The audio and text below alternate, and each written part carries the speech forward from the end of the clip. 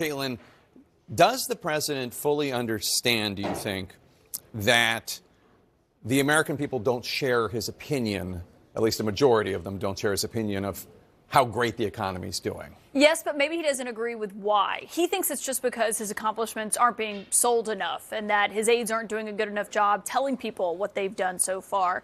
What I've been told, Jake, is that maybe while the president is publicly dismissive of what the polls show, that his aides actually are pretty acutely aware of the numbers and something that he is typically pretty strong on with the economy. And so actually ahead of this speech tonight, they've been holding meetings and trying to search for ways that he can unilaterally try to bring down costs for Americans and that he can tout tonight because they know this is going to be one of the biggest audiences that he has before the midterm elections. They want him to be able to talk about it. Whether or not he actually unveils anything that's new tonight remains to be seen. But they are aware of what these numbers look like, and they are aware that they need to reclaim the narrative, basically, on this. Whether or not it's why the president believes that's what the numbers are, the aides believe that they are real, and they're taking them much more seriously when it comes to the polling than he is. Well, and certainly Republicans in the room, Jake, are acutely aware of the president's Well, because they're up for re-election, right? Because they, unlike him, are all up for re-election. And so the big test, I think, for them is whether the president can walk that line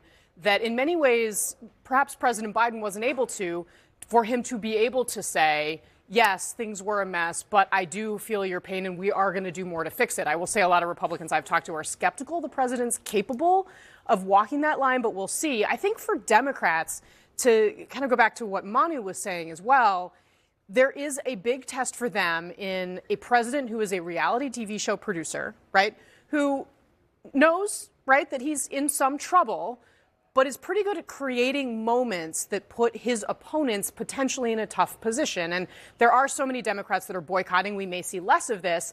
But one particular moment to watch for here is the reaction to the USA men's hockey team, because this has been something that has come into the political conversation.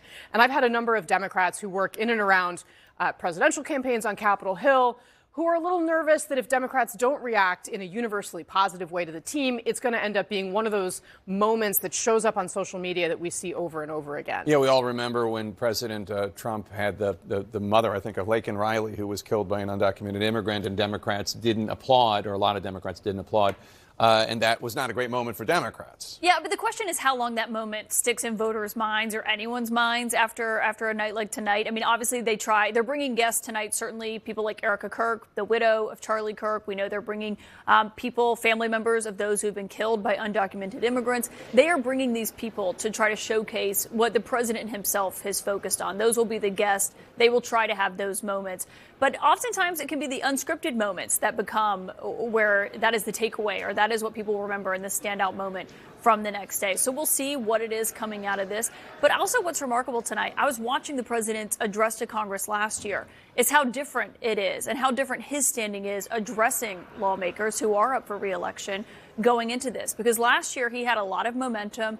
Elon Musk was in the chamber. They were talking about Doge. We're not going to see that kind of message tonight. Instead, he's trying to sell a more skeptical public. And when the president looks out in the audience, okay? That's exactly what I was going to say. The first row there. Right in front. Right in front, the Supreme Court justices, and he is furious at 6 of them, especially the 2 who voted against him on tariffs, whom he appointed to the bench. And I think one of the questions is he going to be able to contain his anger? Neil Gorsuch, Amy Coney Barrett, I think that is exactly the right question. And if there's an unscripted moment to keep your eye on, it's that. I remember I've been in State of the Union's past and I have watched, you can see if you're sitting up in the balcony, they are right in front of the president and they can actually almost talk to each other. They can see how their mouths are moving.